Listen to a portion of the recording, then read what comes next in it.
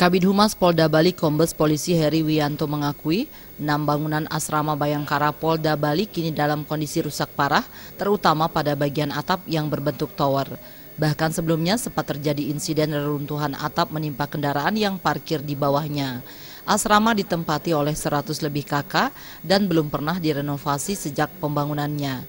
Hal itu karena tidak adanya anggaran DIPA dari APBN yang dialokasikan untuk pemeliharaan asrama.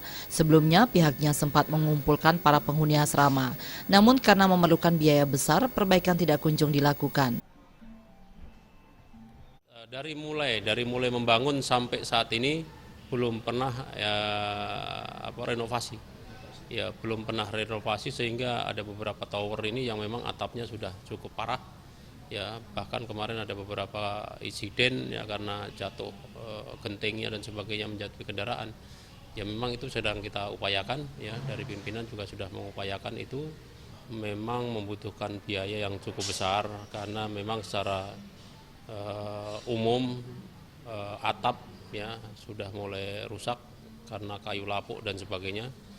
Sementara biaya atau anggaran itu yang dari dinas tidak ada.